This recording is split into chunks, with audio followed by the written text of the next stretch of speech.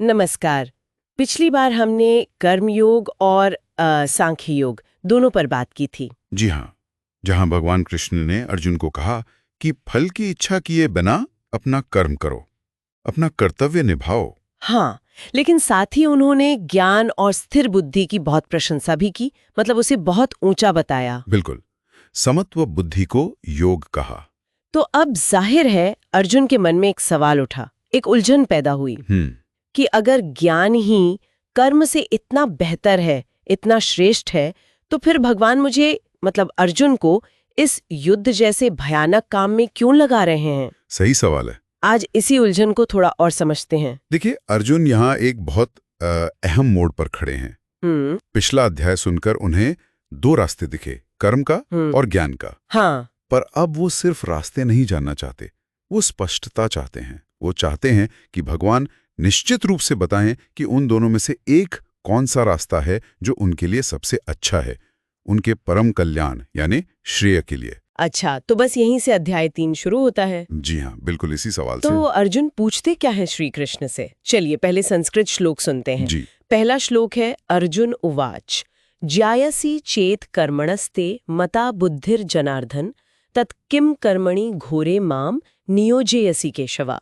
और दूसरा व्याम मिश्रेणेव वाक्येन बुद्धिम मोहयसी वमे तदेकम वद निश्चित्य येन श्रेयम अहमाप्नुयाम। अब इनका मतलब समझते हैं सरल शब्दों में। हाँ, बताइए। पहले श्लोक में अर्जुन कह रहे हैं, हे जनार्दन, अगर आप कर्म से बुद्धि को यानी ज्ञान को ज्यादा बड़ा मानते हैं, ज्यादा श्रेष्ठ मानते हैं, तो फिर हे केशव, आप मुझे इस इतने भयानक, इतने घोर कर्म यानी युद्ध में क्यों लगा रहे हैं, क्यों धकेल रहे हैं? ठीक है। और दूसरे श्लोक में? दूसरे में वो कहते हैं, आपकी ये बातें ना मुझे थोड़ी मिलीजुली सी लग रही हैं, व्यामिश्रित। हाँ। ऐसा लग रहा है जैसे आप मेरी बुद्धि को उलझा रहे हैं, मोहित कर रहे हैं। अच्छा, मतलब कंफ्यूज कर रहे हैं। हाँ, कुछ वैसा ही।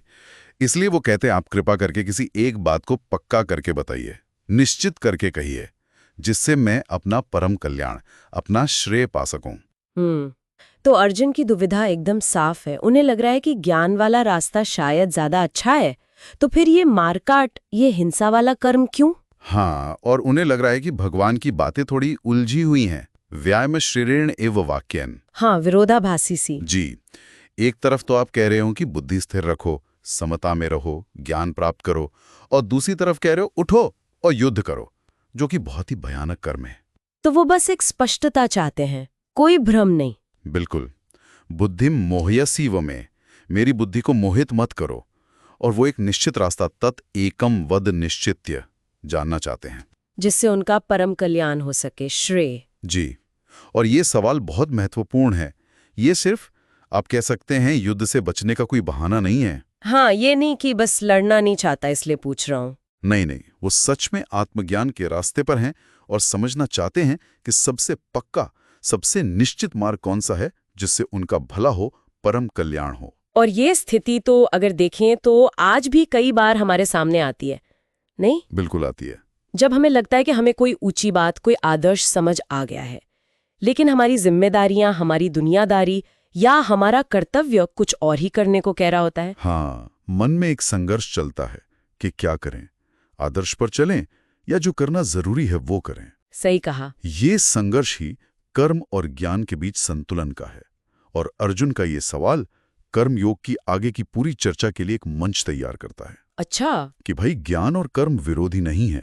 सवाल ये नहीं है कि कर्म करें या ज्ञान, सवाल ये है कि सही समझ के साथ ज्ञान के प्रकाश में कर्म कैसे किया जाए। तो ये सवाल हमें भी सोचने पे मजबूर करता है कि अपने जीवन में जब कर्तव्य और ज्ञान या आदर्श टकराते हैं तो हम कैसे रास्ता चुनें। जी हाँ, अर्जुन का प्रश्न हमें भी ये सोचने की प्रेरणा देता है। तो अर्जुन ने ये बहुत बड़ा एक बुनियादी सवाल खड़ा कर दिया है, कर्म श्रेष्ठ है या ज्ञान, मेरे कल्याण का निश्चित रास्ता कौन सा है। अब श्री कृष्ण आगे इसी का विस्तार से जवाब देंगे। बिल्कुल। और श्रोताओं के लिए भी हम एक विचार छोड़ सकते हैं यहाँ पर, हाँ, कि जब कभी जीवन में हमें अपने आदर्शों, अपने ज्ञान और अपने कठोर लगने वाले कर्तव्यों के बीच चुनाव करना पड़े, तो हमारे फैसले का आधार क्या होना चाहिए।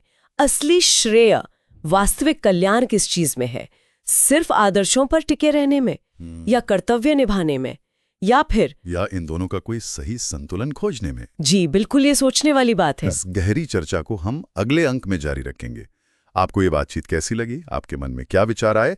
हमें लाइक, फॉलो और कमेंट करके जरूर बताइएगा। जी, आपकी प्रतिक्रिया का इंतजार रहेगा। धन्यवाद। धन्यवाद।